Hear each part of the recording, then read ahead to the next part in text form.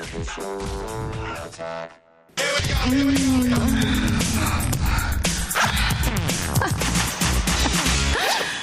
a week, we are blessed, dare I say, to have acclaimed author and sex genius Anna David drop by to help make the world a better place.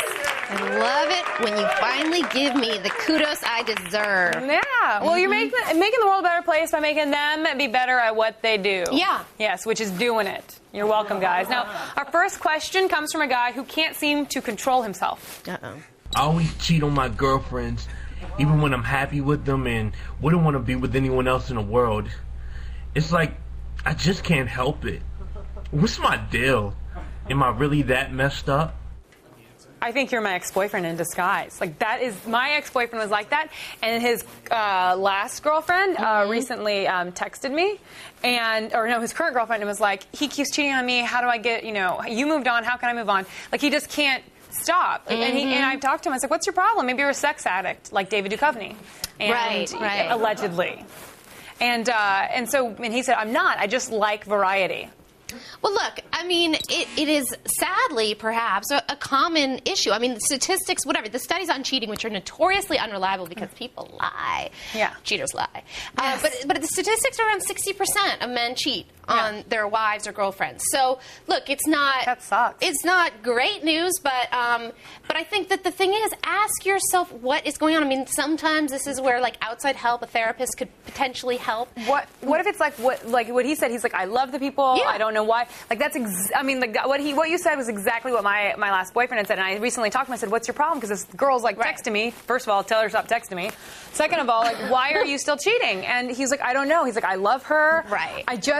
I get bored with one person, and I want her to be. It's like a Hugh Hefner thing. Like, they want to have multiple people. Well, look, everything in this world, they say, is motivated by fear or love. So if it's not motivated by love, it's fear. It's oftentimes fear of intimacy. Does this happen, when you're at, the 3-month point where things are just starting to get serious? And, it's absolutely terrifying, possibly, to you on a certain level that, that you've got to be intimate. Maybe they need to find a swing couple. Yeah, maybe that's it. Find a girl who wants to swing. Internet. All right, there you go. Now, sorry. Question number 2 comes from someone who doesn't want to scare off his girl with his kinky ways. I'm into sensory deprivation. I like wearing earplugs and being blindfolded when I do it.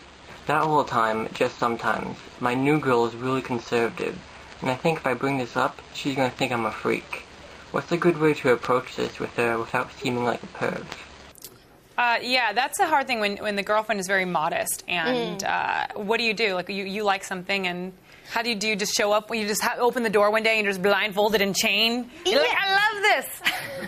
That'd be awesome. One approach. I think that it's a little bit, rather than being like, hey, I'm really into sensory deprivation, or showing up blindfolded with earplugs sticking out of your ears, you give her a little taste of it. Maybe you're fooling around, you grab a little see-through something where it's not completely blindfolded and you put it around her eyes and see if she likes that. If she's like, ew, take this off, I don't like this is horrible, you're probably out of luck. But if she sort of is responsive, I say rather than earplugs, I've tried this, the little music, iPod music, you could have a little sexy song playing, and that can be really fun to have all your sort of, senses blocked off. Yeah, maybe say it like that. Yeah, maybe that's exactly what he needs to say. Is like, look, it's fun to have all this blocked off. Yeah. Let's just try it. Or just slip the little headphones on her ears and see, have it be a really. And then she's she just stops and listens and stops having sex.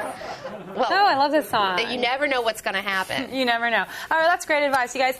Let's thank Miss Anna David for being here. And if you want more Anna David, visit AnnaDavid.com. To get even more answers to your sexy questions, subscribe to the AOTS In Your Pants podcast. It's available anytime at G4TV.com/podcast.